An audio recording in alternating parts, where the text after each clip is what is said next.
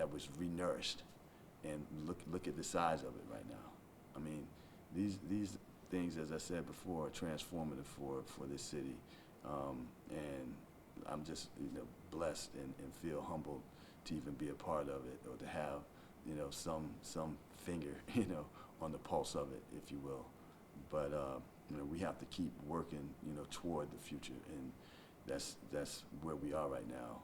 I looked at it with a lot of consideration, and when I was speaking the other day about putting Wi-Fi in the parks, that's incredible, because we saw during the pandemic that there were a number of underserved communities in the city that didn't have access to Wi-Fi. And if they didn't have access to Wi-Fi and or the internet, then guess what? Those kids didn't have access to information, and they couldn't do a lot of the work that they needed to do, like in school. And some of them fell behind because of it. We myself included, I don't absolve myself of any responsibility where that's concerned, in terms of doing a better job and making this city a great quality of life for anyone that lives here, or anyone that is to come here. So I said I want my time as mayor and my stewardship as mayor to focus on what I consider the 3 C's. That's connectivity, community, communication, and what was the fourth? That was control change. Can I do that over? Mm-hmm. Yeah, okay. I want to make sure that my stewardship as mayor of this great city is done and focused on what I consider the 4 C's, and that is connectivity, communication, community, and control change. Let me do that one more time. Okay. I just want to make sure that my stewardship as mayor is focused on what I consider the 3 C's, or 4 C's, if you will. That is connectivity, community, communication, and control change. And what I mean by control change is coming, but we have to be responsible in how we deal with it in the growth of the city. So we want to make sure that we do it in a responsible manner. This area has been called paradise. People come in here, they can't wait to get in here. They come watch baseball, they go to Lido Beach, they go out to eat. They really enjoy themselves. Just talk a little bit about being mayor here, and again, the sky's the limit. There are a lot of potential things that can happen here. The skyline is transforming. There's green space coming in, world-class golf. I mean, you name it, you can find it around here. Well, I mean, Sarasota is very outdoors oriented, and as you see, a lot of people walking around, taking scooters, taking the trolley, just enjoying the outdoors. I run the bridge every day, or I run the bay, every day. I go out to the beach. I'm downtown. I'm out east.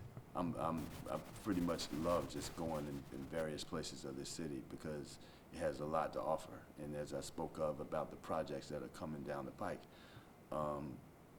it just to me indicates energy, vitality, and that's what Sarasota represents to me, because it's so beautiful here. And why wouldn't you want to be outdoors and partaking of the sunshine, the water, the winds, the breeze? It's just an incredible place to live, and the sky's the limit for Sarasota, and its potential in making its own mark. And trust me, we're not a Fort Lauderdale. We're not in Naples. We'll never be a Miami. What we will always be is Sarasota, and we have to do everything that we can to make sure that we stay Sarasota and keep with the character and the charm of what makes Sarasota Sarasota, and why people come to this Sarasota. Making sure that we take care of our waterways. That's first and foremost. We have to take care of our waterways. It's imperative. That's why with the ingenuity that's going on over at the Bay, is incredible. And my hats off to them and the county and Bill Waddell and A.G. Lafley and everyone over there, Moat Marine, all that are part of that project. I'm blessed to be on the board of the Bay Conservancy. As I said, these things are transformative, and they're going to be part of the identity of the city. We not even mention the arts community. Arts and culture is part of the fabric of Sarasota. And all of these things will make up that tapestry of greatness that will be this city. And Sarasota strong, you know, and Sarasota great. And that's what we should always strive for. The Newtown community, rich history, beautiful people, the backbone, if you will. Talk a little bit about Newtown, what it means to you, and where do you see Newtown going as we move forward? And again, you know, you think about some of the great human beings who have been a part of Newtown, if you will. Just like Sarasota, you know, Newtown being a part of Sarasota and part of its tapestry in the fabric of this city. It's in the infancy of its own evolution and change. We're doing everything possible to take care of affordable housing, home ownership, and economic development in the urban core of Newtown. And that's imperative and important to its own preservation. It's the only African American community here in this city, and we want to make sure that rich culture and history is preserved, and that it continues going forward, and that, you know, the young that are coming up behind us can make their own history. So the whole idea of home ownership is important to me and important to my heart, because that's the only way in which the Newtown community will be preserved. You know, people have to start thinking about home ownership. Home ownership, let me see. People have to start thinking about home ownership and financial literacy. Okay, I'm gonna do that. You know, I want people to start thinking more about home ownership and financial literacy, things that can set them up for the future, not only for themselves, but for their kids and their kids' kids and their great grandkids and so on. That's the only way that Newtown will stay Newtown. Otherwise, it will be reduced to a marker that will say, here lies the second, you know, African American community of the city, just as it was in Rosemary. So people talk to me about it being gentrified. We're doing everything we can to make sure that does not happen, and that people aren't displaced and relocated and so on, that they're able to enjoy quality of life like anyone else in this city. And that only happens through expectation.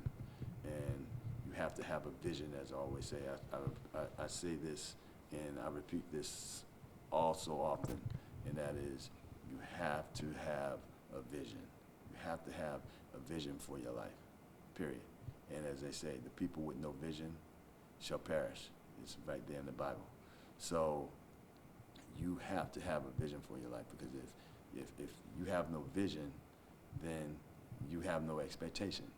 And if you have no expectation, then what do you have? You have nothing.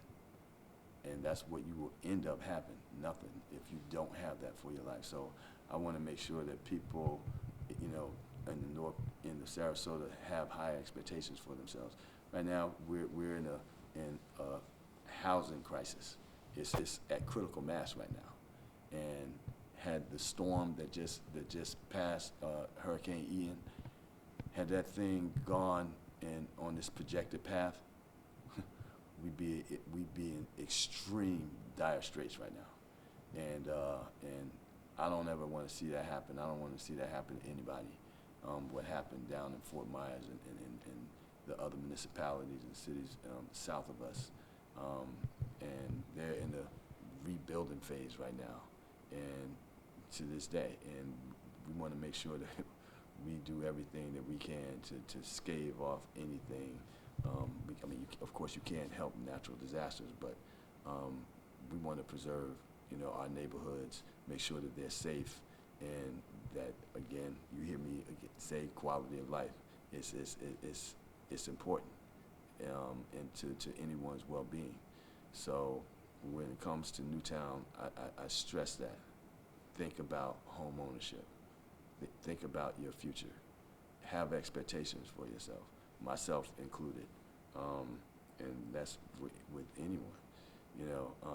As I always say, if my expectations of you are higher than your expectations for yourself, then you and me don't have a problem. You have a problem, and you should always have high expectations for yourself. And again, I don't absolve myself of any responsibility where we're trying to make anyone's quality of life better whatsoever. And I take that to heart, and I take that seriously. As mayor, as opposed to vice mayor, does it feel any different? Does it seem any different? What does it feel like to actually be the first man as opposed to, the vice is still very prominent and extremely important. And I would never diminish that, because that's not what I do. But when you look at the actual mayor position, what's the thought process and the feeling with that? Has it set in, or is it a situation where you're still doing what you do and you're still the person you are? How does it feel? Like, how real is it? I tell you what, man, no matter, how, if you want to say high I ascend in life, no matter where I go, no matter what it is I do, I will always be me. And I will never lose sight of that. And I will try and keep my own humility intact, and never think that I'm above, anyone, or above this office that I've been entrusted. I'm humbled by it, and I woke up the next day after being nominated mayor, and I looked myself in the mirror and I said, "Dude, you're mayor of Sarasota," and it was a feeling. I can't quite describe what the feeling was, because I just am who I am, and no matter whether I'm mayor or I'm not mayor, whether I continue to do this, I just want to make sure that I try my best to be a good person. I'm not saying that I am all the time, but I try to, and the title is just that, just a title. But I take it to heart, and I take it seriously, because I want to live up to the integrity of what this position means. You're the face of the city. You speak on various issues pertaining to the city, not only locally, but nationally as well. And that's not something to be marginalized or taken lightly. And I don't. And